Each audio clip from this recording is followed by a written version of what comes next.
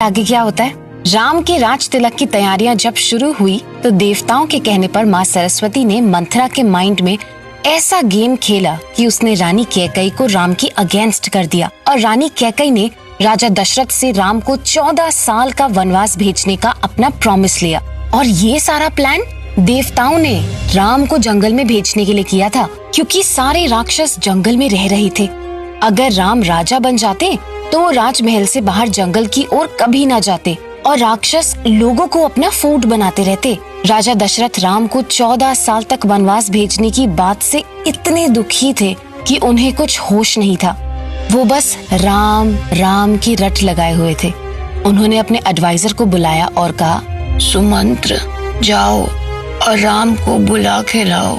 Adviser ने देखा कि वहाँ रानी कैकेयी भी खड़ी हैं, जो बहुत गुस्से में है। वो समझ गए कि ये बात राम के राज तिलक से ही रिलेटेड है। वो तुरंत राम के पास गए और उन्हें दशरथ के पास बुला लाए। राजा दशरथ ने जब राम को देखा तो वो उनसे कुछ कह ना पाए। राम कुछ समझ नहीं पा रहे थे कि आखिर उनके फादर की ऐसी कंडीशन क्यों हो रही है। उन्होंने पास में खड़ी रानी कैकेयी से पूछा, माँ, पिताजी की ऐसी कंडीशन क्यों है? क्यों मैं इनके इलाज के लिए किसी को बुलाऊं? रानी कैकेयी बोली, सुनो राम, सारा कारण ये है कि तुम्हारे पिताजी को तुमसे बहुत प्यार है और ये तुम्हारे अलावा किसी और की तरफ देख नहीं सकते। राजा ने मुझसे प्रॉमिस किया था कि मैं कोई भी 2 बातें इनसे मांग सकती हूँ। मुझे जो अच्छा लगा मैंने मांगा, लेकिन अब ये तुम्हारे लिए हेजिटेट हो रहे हैं। एक तरफ तुम्हारे लिए प्यार और दूसरी तरफ इनका प्रॉमिस। अगर तुम डिसीजन ले सकते हो तो बहुत अच्छा होगा। रानी कैकेयी ने बिना किसी झिझक के राम से अपने दिल की बात कह दी। राम अपनी माँ की बात सुनकर मुस्कुराए और कहा, हे माँ, अगर मैं आपकी और पिताजी की बात मान लूं तो मुझसे ज्यादा लकी इंसान इस धरती पे कोई नहीं होगा। जंगल में मैं हर तरह के ऋषियों से मिलूंगा जिससे मेरा अच्छा होगा और मेरे ऐसा करने से भाई भरत राजा बनेगा। इससे अच्छी बात तो कुछ हो नहीं सकती माँ। मुझे बस एक बात का दुख है कि इस छोटी सी बात के लिए पिताजी इतने परेशान हो गए कि उन्होंने अपनी ये हालत कर ली। क्या यही कारण है कि पिताजी मुझसे कुछ बोल नहीं रहे? क्या मुझसे कोई भूल तो नहीं हो गई माँ? रानी कैकेयी ने राम को ये नहीं बताया कि उनका ये हाल रानी की महल छोड़कर जाने की धमकी से हुआ है। उन्होंने बहुत प्यार से राम से कहा, मेरे प्यारे राम, मैं तुम्हारी और भारत की कसम खाकर कहती हूँ, मुझे नहीं मालूम कि इसके अलावा कोई और बात भी है और तुम खुद को दोषी मत बनाओ।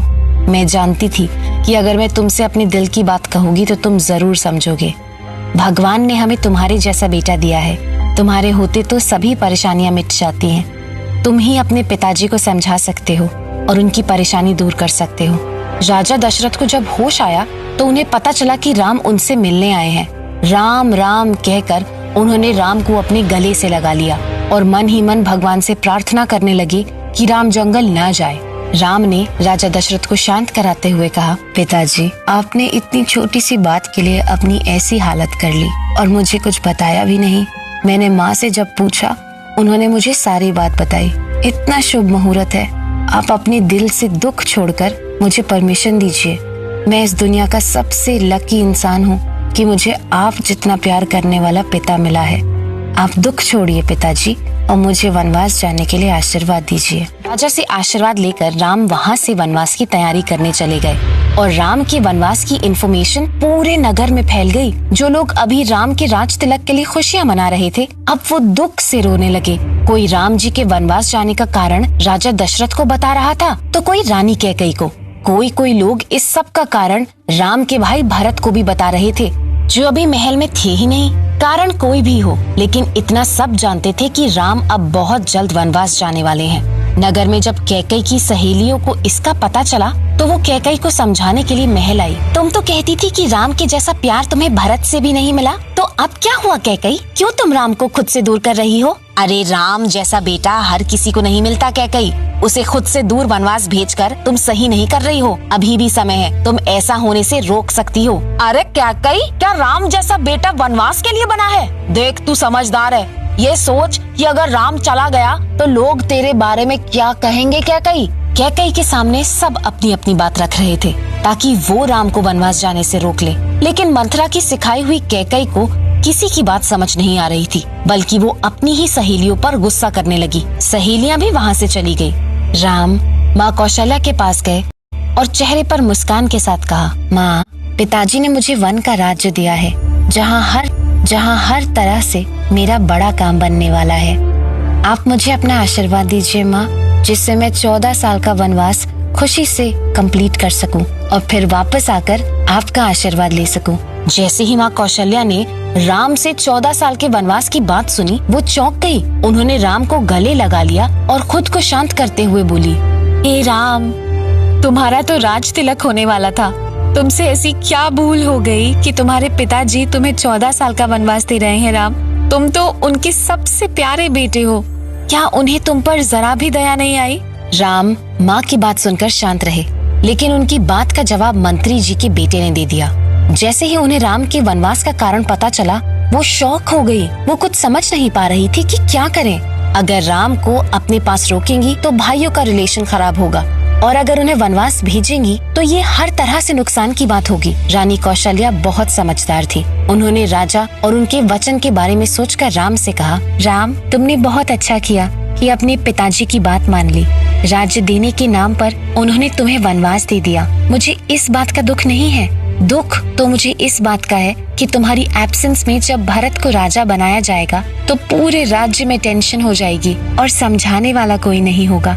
अगर वनवास के लिए सिर्फ पिताजी ने कहा है तो मेरे बारे में सोचकर ही रुक जाओ, लेकिन अगर माँ ने भी यही इच्छा रखी तो वनवास तुम्हारे लिए हजारों अयोध्या जितना होगा। जब रानी कैकेयी की सहेलियों को राम के वनवास के बारे में पता चला तो वो रानी को समझाने आई, लेकिन इसका कोई भी फायदा नहीं हुआ, बल्कि रानी और गुस्सा हो गई। जैसे ही सीता को राम के वनवास जाने का पता चला, उन्होंने राम के साथ वनवास जाने की बात कही, लेकिन माँ कौशल्या ने राम को समझाया, राम, सीता ने कभी दुख नहीं देखा। राजा जनक के महल में भी उनके साथ हमेशा उनकी दासियां उनकी सेवा के लिए रहती थी।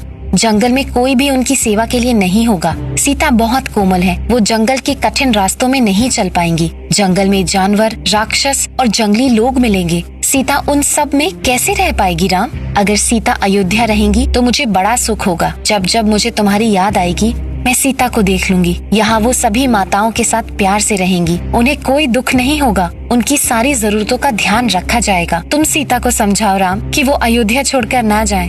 राम सीता के पास गए और उन्हें समझाते हुए कहा, मेरी प्यारी सीते, तुम खुद को जंगल के कठिन रास्तों में मत डालो। वहाँ ना ही माताएं होंगी, ना ही तुम्हारी बहनें। जंगल की लाइफ बहुत डिफिकल्ट हो जाएगी सीते। अगर तुम यहाँ रहोगी तो मुझे माँ पिताजी की चिंता नहीं रहेगी। तुम यहाँ उनकी सेवा करना। जंगल में गुफाएं होंगी, वहाँ पहाड़ों का पानी होगा जो महल के पानी जैसा नहीं होगा। रास्तों में पत्थर और कांटे होंगे। तुम खुद को सिर्फ मेरे लिए इतनी कठिनाइयों में मत डालो सीते। 14 साल जल्द ही बीत जाएंगे और मैं तुम्हारे पास आ जाऊंगा। तुम महल में आराम से रहो और यहाँ तुम्हारे साथ सब लोग होंगे सीते, सब लोग। सीता ने राम की बात सुनी तो वो रोने लगी।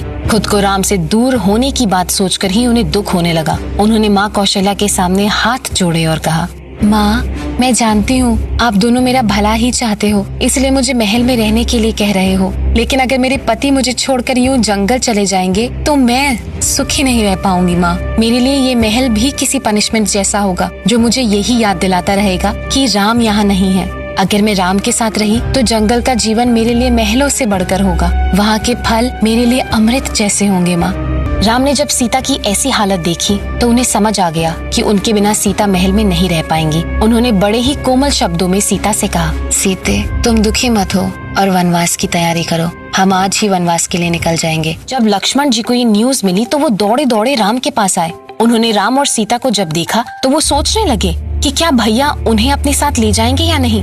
राम ने लक्ष्मण की ओर देखा और कहा, लक्ष्मण, अब तुम्हें यहाँ रहकर सभी माताओं और पिताजी की सेवा करनी है। भरत और शत्रुघ्न यहाँ नहीं है। पिताजी मेरे वनवास जाने के कारण होश में नहीं है और माताएं भी दुखी हैं। तुम यहाँ रहकर सबकी सेवा करो लक्ष्मण। जैसे ही लक्ष्मण ने राम की बात सुनी तो वो उनके पैरों में गिर गए और कहा, भैया, आपकी सीख बहुत अच्छी है। आप मुझे अच्छी तरह से जानते हैं। शायद माँ और पिताजी मुझे आप जितना नहीं जान पाए हैं भैया। मैंने अपना बचपन आपके साथ ही जिया है। आप मेरे लिए मेरे गुरु से बढ़कर हैं भैया। मैं आपको छोड़कर किसी को भी नहीं जानता। मुझ पर दया करो भैया और मुझे अपने साथ ले चलो। राम ने लक्ष्मण को गले से लगाया और कहा, जाओ लक्ष्मण, माँ से आशीर्वाद ले आओ। हमें जल्द ही जंगल की ओर चलना है। लक्ष्मण ने जैसे ही राम की बात सुनी वो खुश हो गए और माँ सुमित्रा से आशीर्वाद लेने गए। सुमित्रा बोली, लक्ष्मण, तुम्हें अपने बड़े भाई राम और माँ जैसी भाभी सीता की सेवा करने का मौका मिला है। तुम पूरे मन से हमेशा उनके साथ रहना और कोई भी मुसीबत इन पर आने मत देना।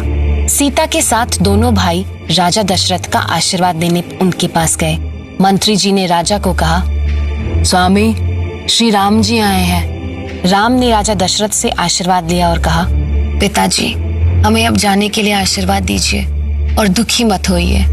राजा दशरथ ने राम को अपने पास बिठाया और तरह तरह से उन्हें रोकने की कोशिश की, लेकिन वो राम को रोक नहीं पाए। उन्होंने सीता को रोकने की कोशिश की, लेकिन सीता भी पहले ही मन बना चुकी थी। जब कैकेयी ने ये सब देखा तो वो गुस्से से उठी और राम के सामने मुनिया के कपड़े, माला और कमंडल रखकर बड़े कोमल शब्दों में बोली, हे राम, राजा को तुमसे बहुत प्यार है और वो तुम्हें कुछ नहीं कहेंगे, लेकिन अब तुम वनवास जा रहे हो तो तुम्हें वहाँ के हिसाब से सादा जीवन जीने की आदत डालनी पड़ेगी। राम माँ की बात सुनकर मुस्कुराए, लेकिन राजा को रानी कैकेयी की ये बात बिल्कुल पसंद नहीं आई। राम ने तुरंत ही मुनियों जैसे सादे कपड़े पहने और सबसे आशीर्वाद लेकर जंगल की ओर निकल पड़े। श्री राम के वनवास जाते ही पूरी अयोध्या में जहाँ सब दुखी हो रहे थे, वहीं देवलोक में सभी देवता बहुत खुश हो रहे थे, क्योंकि अब फाइनली राक्षसों का नाश होने वाला था।